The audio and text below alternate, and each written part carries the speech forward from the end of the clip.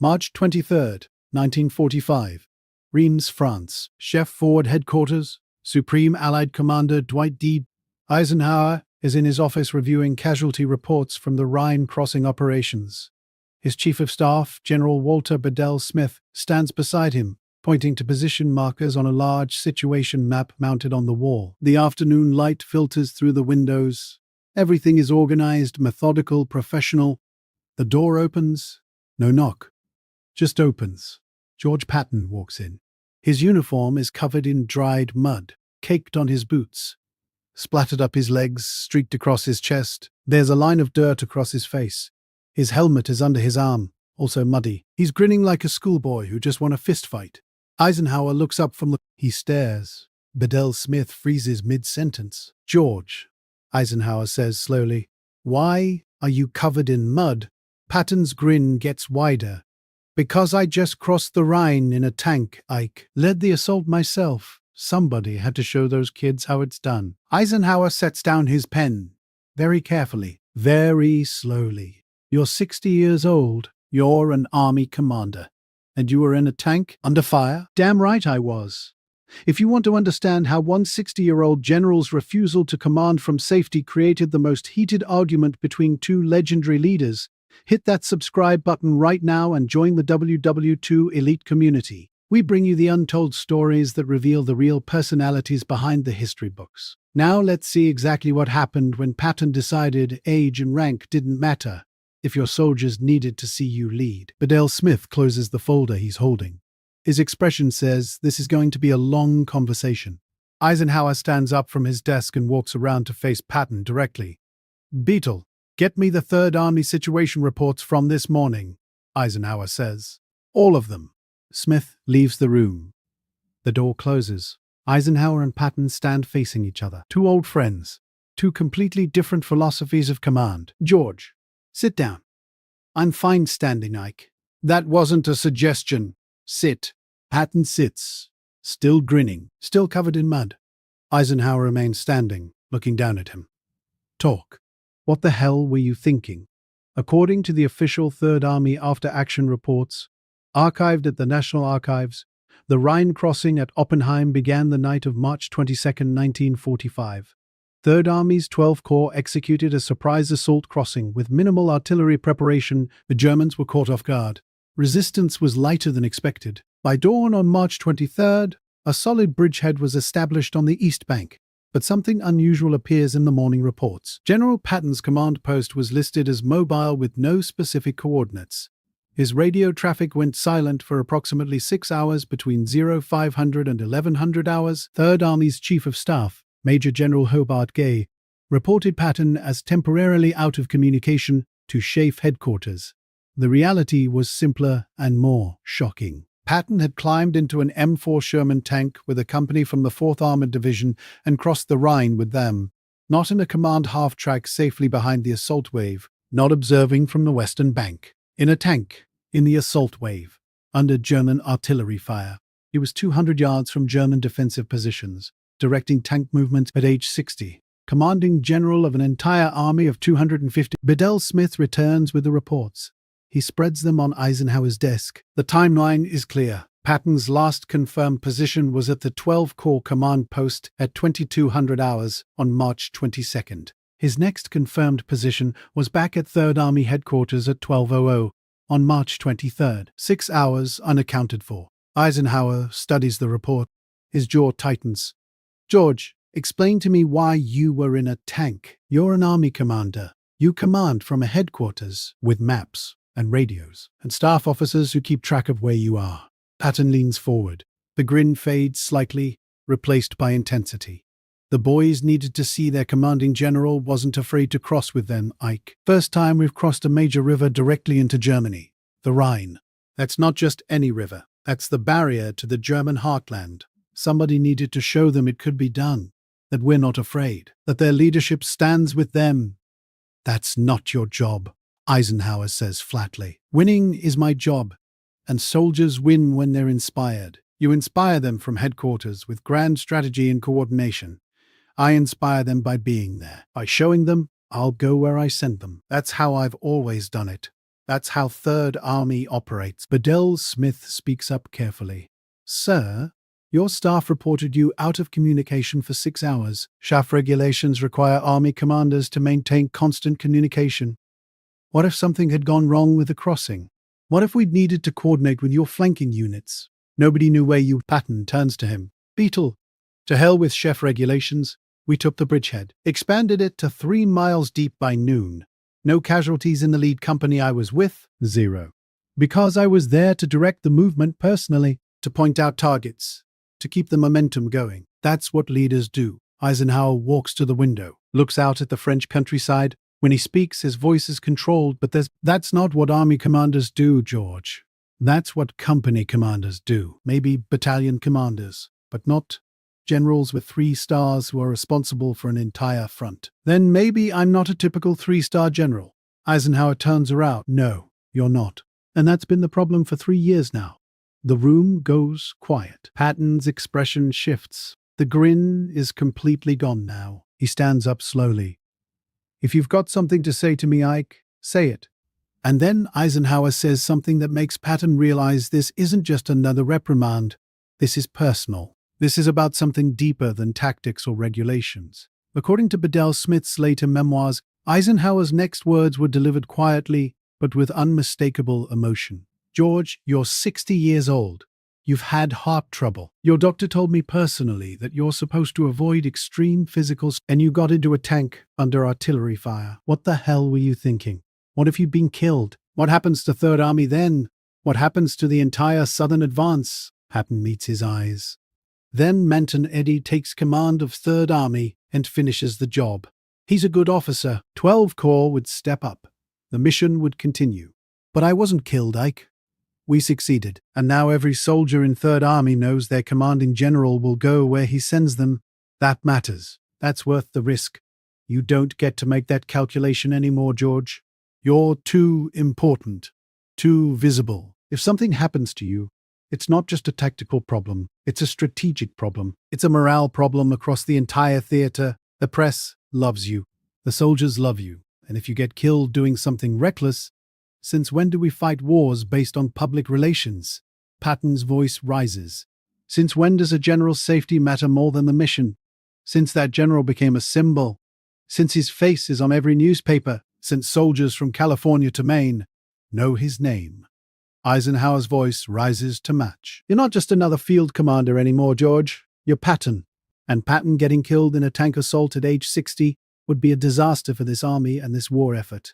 The words hang in the air. Bedell Smith looks uncomfortable. This has become something beyond a professional discussion. This is 2 men who've known each other for decades, who've commanded together through 2 years of brutal warfare, having an argument about something fundamental. Eisenhower's voice softens. He walks closer to Patton. George, I need you alive.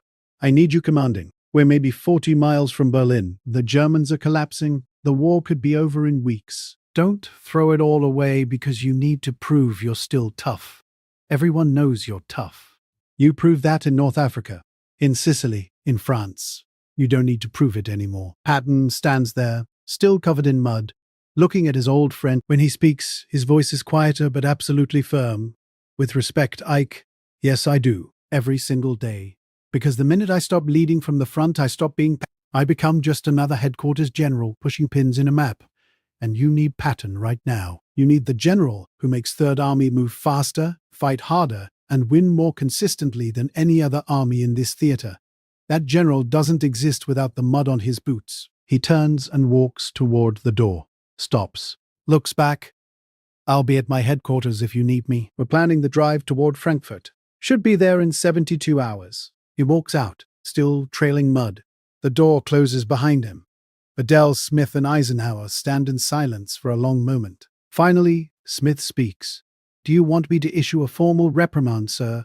Eisenhower shakes his head, slowly. What good would it do? George Patton doesn't follow regulations when they conflict with how he thinks wars should be fought. He never has. He never will. Then, what do? We let him be Patton. And we hope he survives long enough to see Germany surrender. But this wasn't the first time. Eisenhower walks to his file cabinet and pulls out a folder marked Patton George S. Command Issues. The folder is thick, very thick. He opens it and starts reading through incident reports dating back to 1943. Sicily, August 1943. Patton personally led a reconnaissance patrol into enemy-held territory near Palermo, took small arms fire, returned to his command post 4 hours later, covered in dust, grinning, with tactical intelligence he'd gathered personally. His staff had been frantic. The incident was overshadowed a week later by the notorious slapping incident, and everyone forgot about the patrol. But Eisenhower didn't forget. He made a note in Patton's file. Exhibits persistent disregard for personal safety. Unable or unwilling to command from appropriate distance. Requires constant supervision. Normandy, July 1944. After Third Army became operational, Patton made a habit of visiting frontline units. Not behind the lines, not at division headquarters, at the actual front. Company command posts, battalion aid stations, anywhere soldiers were in contact with the enemy. His security detail. His staff objected constantly. Patton ignored them all. One report from a worried aide describes Patton standing on a tank turret, fully exposed, using binoculars to observe German positions less than 500 yards away while mortar rounds landed nearby. The aide tried to get him to take cover. Patton's response, recorded in the aide's diary: "How am I supposed to know what my soldiers are dealing with if I don't see it myself?" Now this, the Rhine crossing, at age 60, in a tank, under fire. Bedell Smith watches Eisenhower review the file. "He's not going to change, sir. This is who he is." "I know." That's the problem. And the solution. The next day, March 24th, Omar Bradley calls. Bradley commands 12th Army Group, Patton's direct superior in the chain of command. He's heard about the Rhine incident. He's not happy. "Ike, we need to talk about George." Eisenhower leans back in this chair. "I figured you'd call." He was in a tank, at 60 years old, under fire. "This is insane. You need to put a stop to this before he gets himself killed." "How exactly do I do that, Brad?" "Issue an order. General Patton is hereby forbidden from being near combat." "He'll ignore it." Bradley's voice is tight with frustration. "Then you relieve him. Or you accept that one day, maybe tomorrow, maybe next week, you're going to get a telegram saying George Patton was killed in action doing something brave and stupid, and Third Army will collapse. Because Patton is Third Army. Without him, it's just another field army. With him, it's the most effective striking force in Europe. You can't let him throw that away on some personal need to prove his manhood at age 60. Eisenhower is quiet for a moment. "You're right about everything except one thing. If I relieve George, Third Army collapses immediately. His soldiers fight for him personally. His division commanders operate on his philosophy. His entire army is built around his personality. If I take him away, even for his own safety, I destroy the weapon I need most. Then what do you suggest?" "I suggest we let George be George, and we pray he survives." Bradley isn't satisfied. "That's not a strategy. That's hoping for luck. It's the only option I have. You want to try ordering George Patton to stay safe? Be my guest." The call ends. Eisenhower sits alone in his office staring at Patton's file. The man is impossible, insubordinate, reckless, and absolutely irreplaceable. But Patton wasn't done. 2 days later, March 26, Eisenhower receives another report. Patton has been touring forward positions again, not in a command in a jeep, with minimal escort, driving within 3 miles of active combat zones, stopping to talk with, walking through towns that were German-occupied less than 24 hours earlier. One report describes Patton climbing onto a damaged German Panther tank to examine its armor, while engineers are still clearing mines from the area. His aide begged him to leave. Patton's response: "How am I supposed to understand German tank design if I don't examine their equipment?" And then Eisenhower discovers what Patton has been telling his division commanders: instructions that violate every principle of modern command structure. The orders are verbal, nothing in writing, but multiple sources confirm them. Lead from the front. Be visible to your men. Don't ask them to go anywhere you won't go first. I don't care what Sheep says about appropriate command distances. I care about winning. And we win because our soldiers know their leaders stand with them. Eisenhower calls Bradley again. George is teaching his entire command structure to operate like he does. I know. We're creating an entire generation of generals who think command means being in tanks. That's not sustainable, Brad. It's not how modern warfare works. Try telling that to George. Try telling that to Third Army. They're advancing faster than any other army in the theater. with fewer. His methods work, Ike. They're insane, but they work? Neither man has an answer to that. By April, the situation escalates again. Third Army is racing at Frankfurt Falls. Then Kassel, then Erfurt. The advance is relentless. German resistance is and Patton is telling his staff he wants to be in the first tank into Berlin. When we take Berlin, he tells Major General Hobart Gay, I'm going to be there. Not behind the lines, not at a headquarters. I'm going to drive through the Brandenburg Gate personally. His staff is terrified. They know he's serious.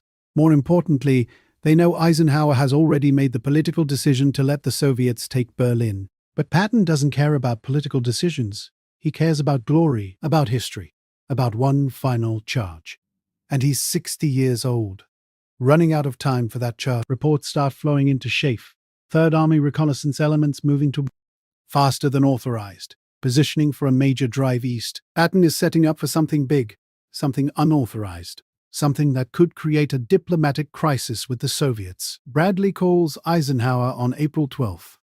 George I can feel it. He's going to try for Berlin, regardless of orders, and he's going to try to be in the lead tank when he does it. Can you stop him? Can anyone stop George Patton when he's decided to do something? You've known him longer than I have. You tell me. Eisenhower is quiet. That's what I'm afraid of. At Third Army headquarters, staff officers talk among themselves when Patton isn't listening. One officer puts it bluntly. The old man is planning his Custer moment, except he thinks he's going to survive it and live forever in the history books. Another responds, knowing General Patton, he probably will. But on April 14th, Patton does something that surprises everyone, something that makes even his harshest critics stop and reconsider what drives him. He doesn't drive toward Berlin. Instead, he drives to Buchenwald, the concentration camp the Third Army units liberated 3 days earlier. Not in a command car with a full security detail, in a jeep with 2 aides, minimal escort. He walks through the camp, sees the survivors, sees the evidence of what happened there. And according to multiple accounts from soldiers present, George Patton, who'd seen combat on 4 continents, who'd led cavalry charges and tank assaults, who everyone assumed was immune to shock, had to stop twice to compose himself. Then he issues orders. Every unit within 50 miles every soldier will see what they've been fighting against. No exceptions, officers and enlisted men alike. He wants witnesses. He wants his entire army to understand the stakes. But he insists before he sends anyone else. Because that's what leaders do in his philosophy. They don't send men where they won't go themselves. He tells Major General Gay, afterward, his voice quiet and strained, I've been shot at on 4 continents. I've led cavalry charges in Mexico, tank assaults in France and Germany, but walking through that camp was the hardest thing I've ever done, and I needed to do it first, before I asked anyone else to bear witness. This gets back to Eisenhower, through official reports and through the unofficial network of staff officers who talk to each other. Eisenhower reads the accounts, studies them, and starts to understand something he hadn't fully grasped before. It isn't about glory or headlines or proving his toughness. It's about contract. The unspoken contract between a commander and his soldiers. I will ask you to do impossible things, but I will never ask you to do something I wouldn't do myself. That philosophy is reckless by conventional standards. It's dangerous. It's tactically questionable. It violates every modern principle of command. But it's also why Third Army follows Patton anywhere. Why they advance faster, fight harder, and believe they're invincible. Because their commanding general has proven over and over that he stands with them. April 18, 1945, Eisenhower's headquarters. The war is clearly ending now. German resistance is collapsing across the entire front. Berlin is encircled by Soviet forces. The end is weeks away. Patton returns from his tour of liberated camps. He walks into Eisenhower's office. No mud this time. No grin. He looks exhausted, older, haunted by what he's seen. Eisenhower gestures to a chair. Sit down, George. Patton sits. For once, he doesn't argue. I heard about Buchenwald. I heard you went personally. I had to see it, Ike. Before I sent my men to see it, you didn't have to go first. You could have sent staff officers to assess the situation and then visited with proper security. Patton shakes his head. No, I couldn't. That's not how I command. I don't send men where I won't go. I never have. I never will. Even when it's easier to stay back. especially when it's easier to stay. Eisenhower studies him for a long moment. That's why you were in that tank at all. It wasn't about proving you're tough. It wasn't about glory. It's about showing them I'll share the risks. Always. Every time. That's the contract between a commander and his men. I'll ask you to do impossible things. I'll demand everything from you, but I'll never ask you to do something I wouldn't do myself. That's the only way leadership works for me, even at 60 years old, even when you're too valuable to risk. Especially then, because that's when it matters most. When you're the army commander, when you have the rank and the authority to stay safe, that's when you have to prove you won't. That's when your soldiers need to see you're still with them. Eisenhower leans. He's quiet for a long time, thinking, processing. Finally, he speaks. According to Walter Bedell Smith's memoirs, published decades later, this is what Eisenhower said in that moment. George, you're the most infuriating officer I've ever commanded. You break rules. You ignore orders. You risk yourself unnecessarily. You make my life a living hell with your stunts and your insubordination and your complete disregard for conventional command wisdom. Patton starts to respond. Eisenhower holds up a hand. And you're absolutely right about all of it. Your men would follow you into hell because they absolutely know, you'd lead the way. You'd be the first one through the gates. I can't order you to stop doing, because if you stopped being you, you'd stop being the commander your army needs. So I'm not going to order you to stay safe. I'm asking you as a friend, as someone who's known you for 30 years. Try not to get killed before this is over, because I need you for what comes after. I need you to help us win the peace, and I need you alive to do it. Patton sits there, processing the words. This isn't a reprimand. This is acceptance. This is Eisenhower finally understanding that you can't change George Patton. You can only point him in the right direction and hope he survives. I'll try, Ike. That's all I can promise. I'll try. That's all I'm asking. This wasn't about disobedience. This was about fundamental philosophy. Two different approaches to the same goal. Eisenhower commanded from headquarters, because that's where supreme commanders belong, where you can see the entire theater, coordinate multiple armies, manage political relationships with allies, balance strategic objectives with limited resources. Patton commanded from the front because that's how you inspire soldiers. That's how you create the fighting spirit that makes men charge into fire. That's how you build the personal loyalty that turns a collection of divisions into a cohesive striking force. Both were right. Both were necessary. And in that moment, in April 1945, Eisenhower finally stopped fighting against Patton's nature and accepted it, because Third Army's results spoke for themselves, advanced further, faster, with fewer casualties per mile gained than any other Allied army in Europe, liberated or captured over 80,000 square miles of territory, freed hundreds of thousands of prisoners, never lost a defensive position in 2 years of combat operations. The mud on Patton's uniform at Eisenhower's office in March wasn't proof of a contract kept, proof that George Patton meant what he said when he told his soldiers he'd go where he sent them. Patton survived the war. He continued leading from the front until Germany surrendered on May 8, 1945. He attended the surrender ceremonies, he gave speeches, he prepared for occupation duties. And then, 7 months later, on December 9, 1945, he was critically injured in a car accident near Mannheim, Germany. A routine drive to go hunting. Not combat, not a tank assault, not anything heroic, just a car accident. He died 12 days later, December 21, 1945, age 60, in a hospital bed, not leading a charge, not in a tank, the way no one who knew him expected him to go. His funeral was attended by hundreds of his soldiers, men who'd served under him from North Africa to Germany, tank commanders and infantry privates and artillery officers. They came to pay respects to the general who'd led them, who'd been there with them, who'd proven over and over that rank didn't exempt him from danger. According to multiple accounts, many of them said variations of the same thing. He would have led us anywhere, to Berlin, to Tokyo, to hell itself, because we knew, absolutely knew, he'd be in front. He'd go first. That's why we followed him. The mud on his boots in Eisenhower's office in March 1945 wasn't about breaking regulations. It was about keeping faith. The faith between commanders and the promise that leadership means sharing the risks, not avoiding them. That philosophy made Patton impossible to manage, made him a liability according to doctrine, made him a constant source of worry for Eisenhower and Bradley and everyone else in the chain of command.